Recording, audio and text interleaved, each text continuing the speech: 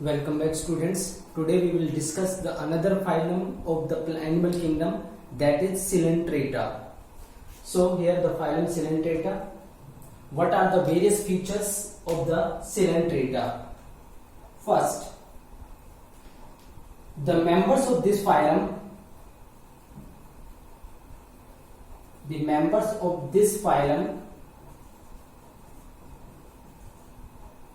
consist of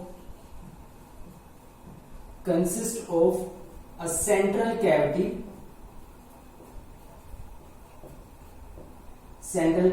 called coelentron, hence called these as Coelenterata.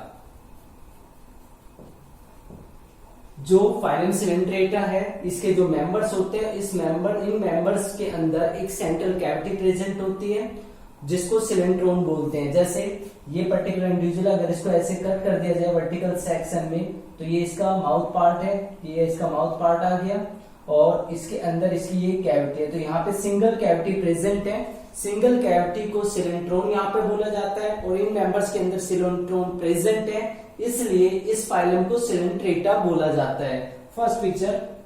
Second, occurrence. ये जो members है मिलते कहां पे हैं? Mostly these are marine.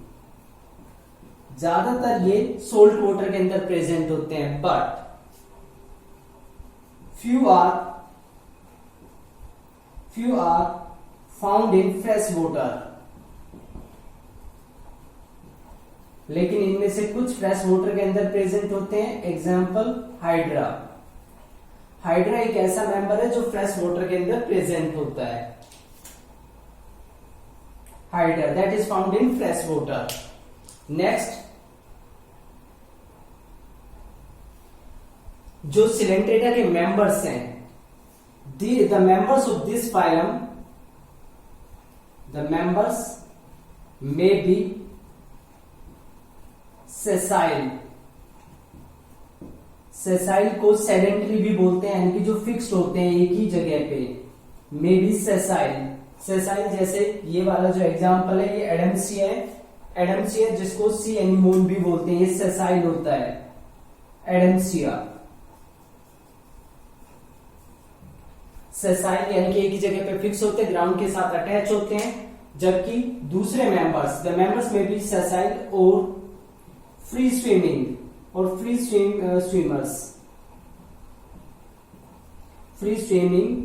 Form. कुछ मेंबर फ्री स्विमिंग फॉर्म में भी एग्जिस्ट कर सकते हैं. जैसे ये वाला जो पार्ट है, ये रिप्रेजेंट करता है ओरेलिया जेलीफिश को.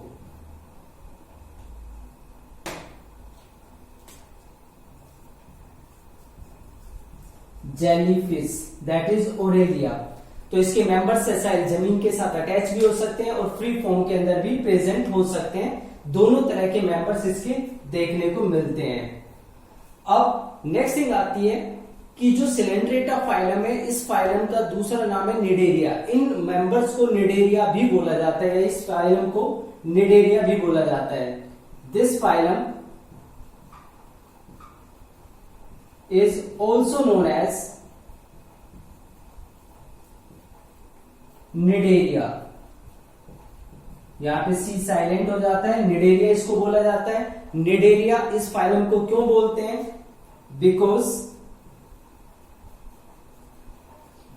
Of the presence of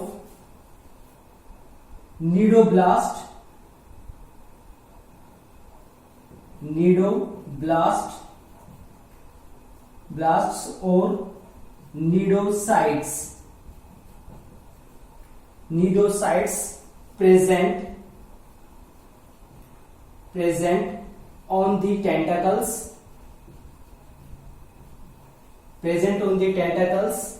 and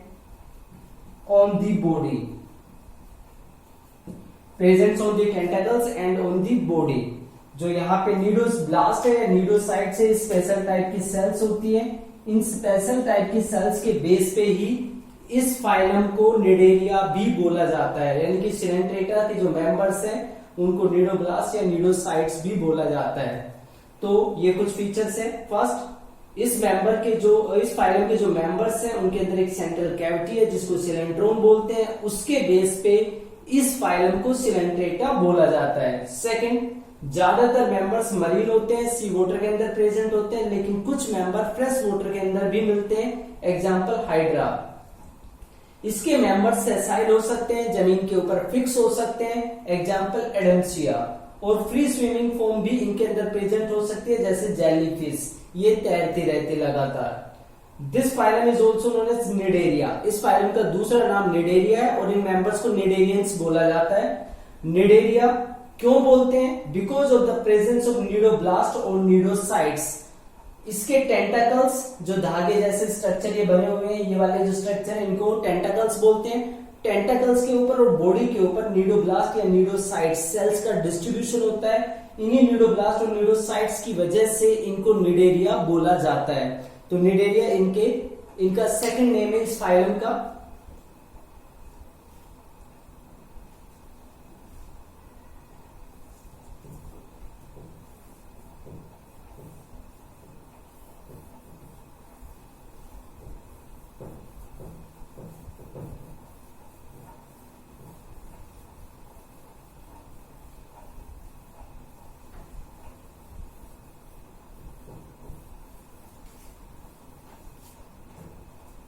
now the sixth point, cnidoblast या निडो जो साइट्स होती हैं उन सेल्स के अंदर एक कैप्सूल प्रेजेंट होता है, स्टिंगिंग कैप्सूल, जिसको निमेटोसिस्ट भी बोलते हैं। निडोब्लास्ट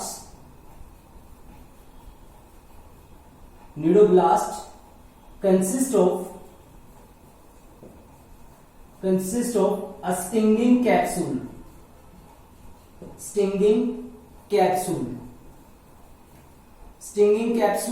और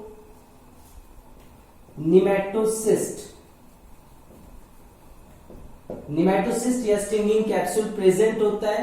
अब ये निडोब्लास्ट या जो निडोसाइट्स होती हैं ये कहां पे प्रेजेंट है, वो मैंने आपको बताया टेंटेकल्स पे, बॉडी के ऊपर डिस्ट्रीब्यूट होती है।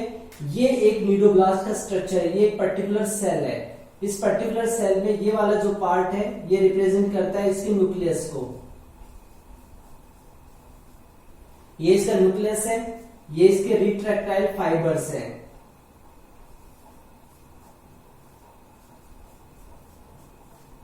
रिट्रैक्टाइल फाइबर्स, जिनकी वजह से जो ये पार्ट है, जो ये वाला पार्ट आपको देखने को मिल रहा है यहां से लेके और ये वाला पार्ट, इस पार्ट को बोलते हैं स्टिंगिंग कैप्सूल और निमेटोसिस्ट। ये पार्ट स्टिंगिंग कैप्सूल और निमेटोसिस्ट होता है। इसके अंदर ये वाला जो स्ट्रक्चर है पूरा, ये इसकी ट्यूब होती है और ये इसका फाइबर होता है, यानी कि ट्यूब होती है, स्टिंगिंग ट्यूब का एक्सटेंशन होता है जो पर्टिकुलर ऑर्गेनिज्म को रैप कर लेता है या उसके अंदर पेनिट्रेट कर जाता है।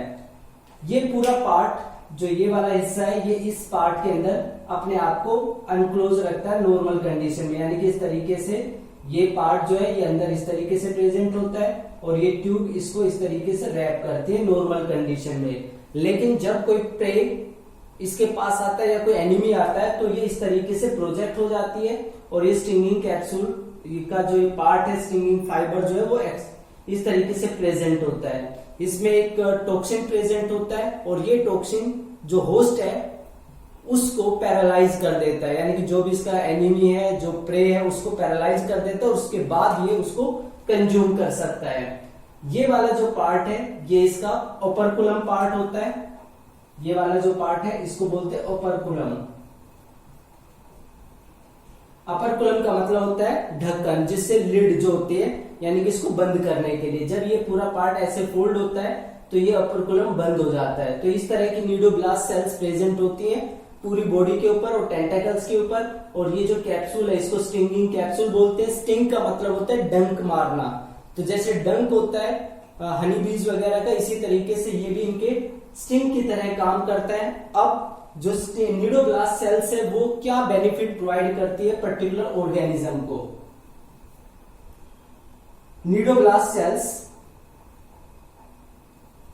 निडोब्लास्ट cells help in, ये 3 तरीके से काम करती है. First encourage. एंकरेज का मतलब होता है किसी चीज के साथ अटैच हो जाना. किसी चीज के साथ अटैच होने को एंकरेज बोलते हैं. जब कोई पर्टिकुलर फ्लोटिंग बॉडी कहीं पे होती है और उसको अटैच होना तो किसी न किसी स्ट्रक्चर से वो सबस्ट्रेटम के साथ अटैच होती है, तो ये एंकरेज में हेल्प करता है cnidoblast. Second, in defence. Defence में हेल्प करता है, यानी कि जो एनिमी होता है एनिमी से प्रोटेक्ट करने में हेल्प करता है. और तीसरा, टू कैप्चर, और cnidoblast cells help in capturing the prey. जो प्रे है उसको कैप्चर करने में भी एक काफी इंपॉर्टेंट रोल प्ले करती है न्यूडोब्लास्ट सेल्स. तो ये न्यूडोब्लास्ट सेल्स की सिग्निफिकेंस होती है. अब बाकी फीचर्स पे चलते हैं.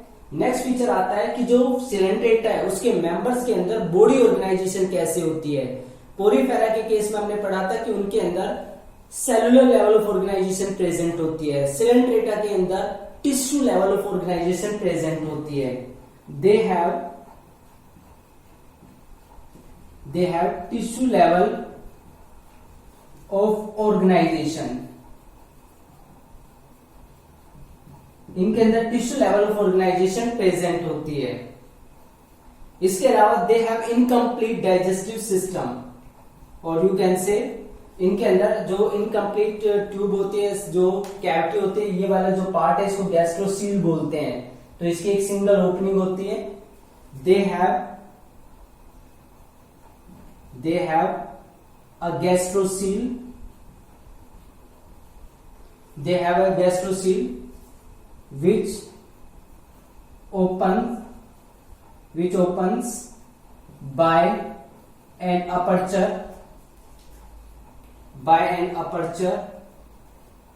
called mouth on hypostome. They have a gastrocele. इनके अंदर ये कैविटी प्रेजेंट होती है. ये कैविटी बाहर ओपन होती है. जो बाहर ओपन होने वाला जो पार्ट होता है, अपर्चर होता है, उसको बोलते हैं माउथ. तो यहाँ पे एक माउथ से ये ओपन होती है. माउथ जहां पे ओपन होता है कहां पे, हाइपोस्टोम पे. हाइपोस्टोम का मतलब क्या होता है कि जो एलिवेटेड पार्ट होता है, छोटा सा एलिवेटेड पार्ट है, उसके बीच में अपर्चर होता है. तो हाइपोस्टोम का मतलब होता है स्मॉल कोनिकल एलिवेशन. छोटा सा उभरा हुआ हिस्सा होता है, इस तरीके का हिस्सा होता है, तो इसको हम हाइपोस्टोम बोलते हैं. और यहाँ पे ये इसका माउथ प्रेजेंट हो गया जो सर्कुलर होता है. तो माउथ प्रेजेंट होता है जो गैस्ट्रोसील के लिए ओपनिंग का काम करता है. यहीं से फूड मेटेरियल की एंट्री होती है और यहीं से एग्जिट होती है. तो सिंगल ओपनिंग यहाँ पे प्रेजेंट होती है, बिल्कुल वैसे जैसे पोरीफेरा के केस में प्रेजेंट होती है. अब गैस्ट्रोसील का मतलब होता है कि यहाँ पे फूड मटेरियल या बाकी मटेरियल जो है वो आते हैं. तो इनके केस में न्यूट्रिशन यानी कि डाइजेशन कैसा होता है. तो डाइजेशन इनके केस में दोनों तरह का होता है, एक्स्ट्रा सेल्यूलर भी और इंट्रा सेल्यूलर भी. Digestion is both extra cellular, cell के बाहर, extra cellular as well as intracellular. इसका मतलब क्या हुआ कि कुछ डाइजेशन यहां पे होता है इस कैविटी के अंदर और कुछ सेल्स की बॉडी के अंदर होता है, यानी कि सेल के अंदर होता है. इसलिए यहाँ पे जो डाइजेशन है वो एक्स्ट्रा सेल्यूलर और इंट्रासेल्यूलर दोनों तरीके से होता है, कुछ सेल से बाहर कुछ सेल के अंदर. तो इस तरीके से इनके अंदर न्यूट्रिशन प्रोसेस कैरी आउट होती है.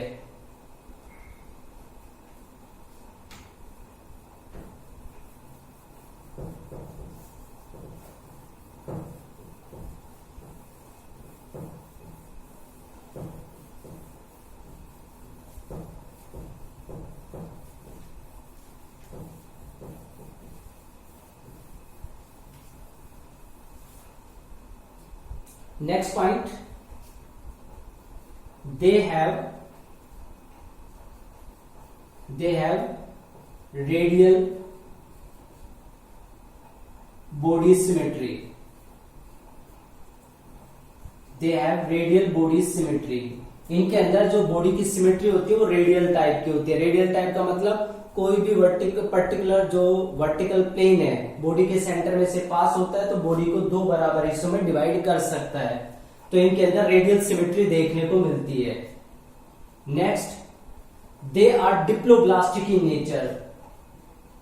दे are diploblastic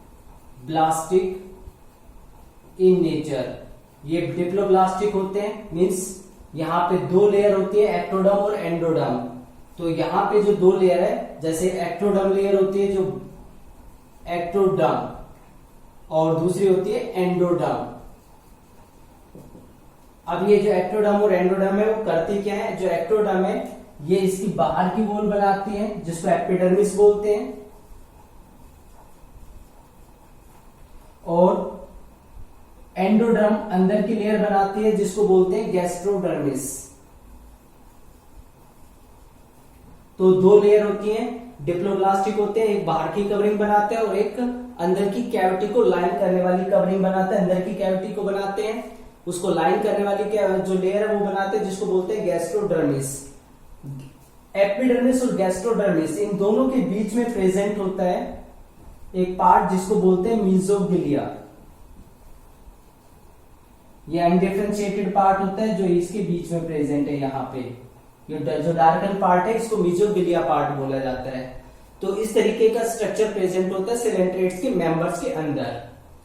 now next thing, जो सिलेंट्रेट्स है इसके कुछ मेंबर्स ऐसे होते हैं जिनको हम कोरल्स बोलते हैं, जिनके अंदर कैल्शियम कार्बोनेट का स्केलेटल होता है। some members like corals have skeletal of calcium carbonate। इनके अंदर कैल्शियम कार्बोनेट का स्केलेटल होता है। Some members like corals have skeletal of calcium carbonate, जो इनको काफी स्ट्रेंथ प्रोवाइड करता है और इनकी डेथ के बाद कैल्शियम कार्बोनेट का काफी मटेरियल डिपॉजिट हो जाता है जिससे कोरल रीफ्स बन जाते हैं, यानी कि आइलैंड जैसे स्ट्रक्चर बन जाते हैं। कुछ इसी तरीके कोरल रीफ ऑस्ट्रेलिया के अंदर प्रेजेंट है। तो जो कोरल्स है इसके कुछ मेंबर्स है उनके अंदर कैल्शियम कार्बोनेट की स्केलेटन प्रेजेंट होते हैं। ये नेक्स्ट फीचर होता है इसमें। नेक्स्ट है, इसमें जो मेंबर्स हैं, मेंबर्स जनरली दो फॉर्म के अंदर अपने आप को शो कर सकते हैं। मेंबर्स ऑफ दिस फाइलम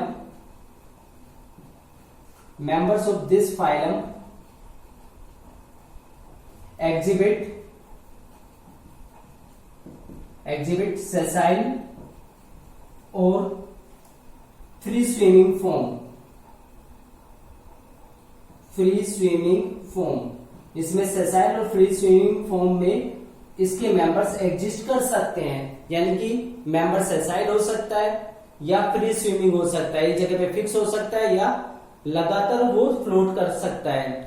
कुछ मेंबर ऐसे होते हैं जो अपनी लाइफ साइकिल में दोनों पार्ट को शो करते हैं, यानी कि उनकी लाइफ साइकिल में लाइफ का आधा हिस्सा या कुछ हिस्सा सेसाइल फॉर्म में प्रेजेंट होता है और दूसरा जो पार्ट होता है वो फ्री स्विमिंग फॉर्म में प्रेजेंट होता है। तो जब एक पर्टिकुलर ऑर्गेनिज्म के लाइफ साइकिल में दोनों तरह की फॉर्म प्रेजेंट होती है तो इसको बोलते हैं alternation of generation. Some members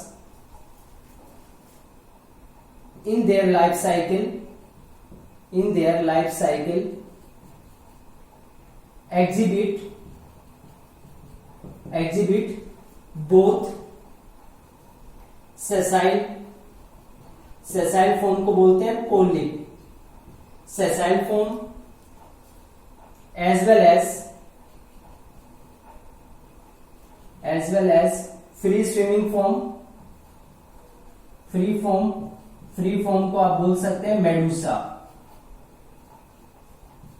दोनों फॉर्म में एग्जिबिट करते हैं, यानी कि लाइफ साइकिल के अंदर लाइफ साइकिल कंप्लीट होती है जब वो दोनों स्टेज में प्रेजेंट होते हैं। तो पोलिक फॉर्म में भी उनकी लाइफ जो वो अपनी लाइफ साइकिल का कुछ हिस्सा शो करते हैं और कुछ लाइफ साइकिल का हिस्सा मेडुसा की फॉर्म में प्रेजेंट होता है। जब इस तरह का अल्टरनेशन ऑफ जनरेशन होता है, अल्टरनेशन ऑफ जनरेशन जब इस तरह का अल्टरनेशन ऑफ जनरेशन होता है तो इसको बोला जाता है मेटाजेनेसिस। इसको मेटाजेनेसिस बोलते हैं। इसका मतलब क्या हुआ, सबसे पहले जैसे पोलिप फॉर्म हो गया, पोलिप से मेडूसा बनता है, मेडूसा से वापस पोलिप बन जाता है। तो इस तरीके से जो इनके लाइफ साइकिल है उसमें पोलिप और मेडूसा आपस में रिपीट होते रहते हैं, अल्टरनेट करते रहते हैं। तो इस तरह की अल्टरनेशन ऑफ जनरेशन जो फाइलम सिलेंड्रेटा है उसके कुछ मेंबर्स के अंदर देखने को मिलती है और इस प्रोसेस को बोलते हैं मेटाजेनेसिस। अब जिसमें ये इस तरह की फॉर्म देखने को मिलती है उसका एग्जांपल है ओबेलिया। ओबेलिया ओबेलिया एक ऐसा मेंबर है जिसके अंदर पोलिप फॉर्म भी प्रेजेंट होती है और मेडूसी फॉर्म भी प्रेजेंट होती है।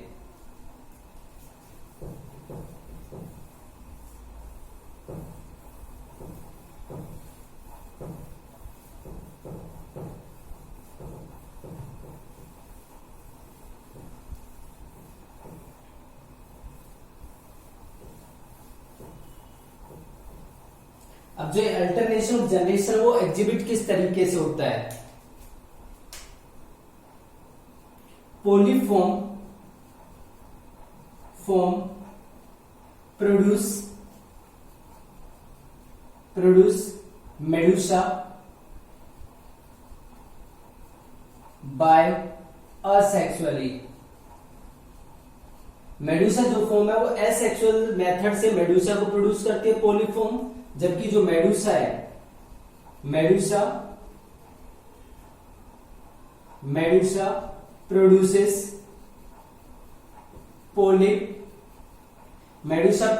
Polyp by sexual method. ये सेक्सुअल मेथड से पोलिप को प्रोड्यूस कर देती है। तो जैसे ये वाला पार्ट है, ये सी एनिमोन का पार्ट है, जो ओबेलिया का केस होता है कुछ में, उसमें प्लांट की तरह बॉडी होती है, ऑर्गेनिज्म की जो बॉडी है वो इस तरीके से प्लांट की तरह होती है, इस तरह की बॉडी होती है। तो ये होगी पोलिप फॉर्म। इस पोलिप में अम्ब्रेला लाइक स्ट्रक्चर बनता है। ये जो अम्ब्रेला लाइक स्ट्रक्चर बनता है फ्री हो जाता है और इसको बोलते हैं मेडूसा फॉर्म।